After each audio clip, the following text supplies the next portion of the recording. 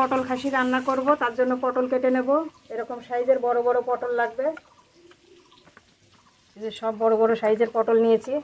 তা পটল এখন কেটে নেব, আঁচড়ে নেব।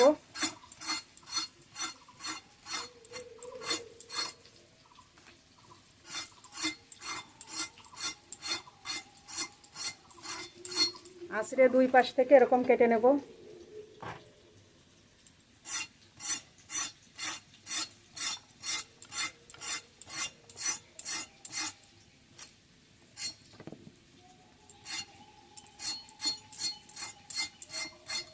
সব পটল এই একইভাবে আঁচড়ে কেটে নেব। আলু খুব ভালো করে ভেজে নিয়েছি, নামিয়ে নেব।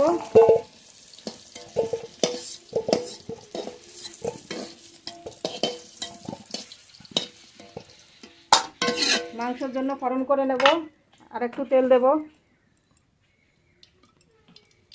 মাংসের জন্য ফোড়ন করে নেব তেজপাতা, গোটা জিরে,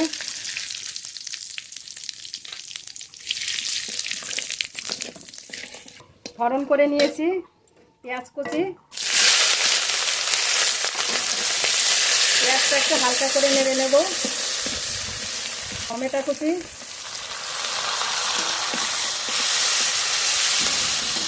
লবণ, হলুদ গুঁড়ো,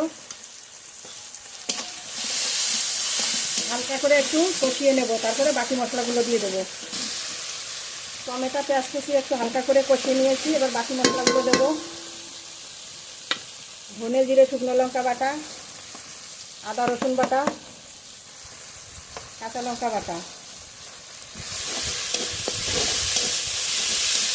একটু জল দেবো, জল দিয়ে ভালো করে কষিয়ে নেব।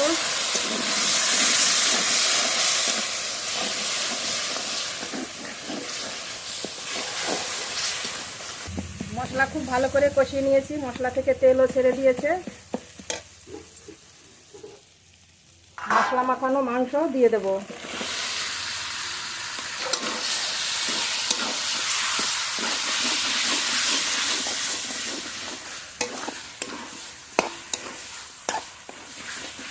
এবার একটু ঢেকে দিয়ে ভালো করে কষিয়ে নেব। ঢাকনা তুলে নেব।